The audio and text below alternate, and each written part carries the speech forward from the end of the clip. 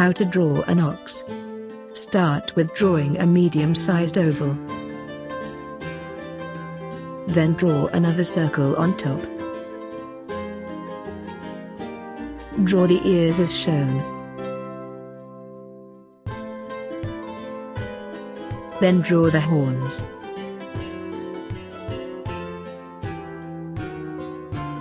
Draw the nose as shown. Draw the front and back side legs.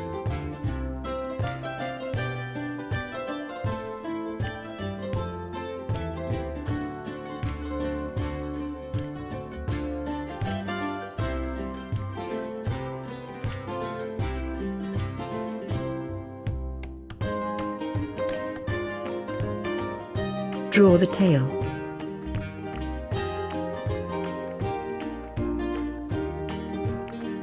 Then draw the eyes.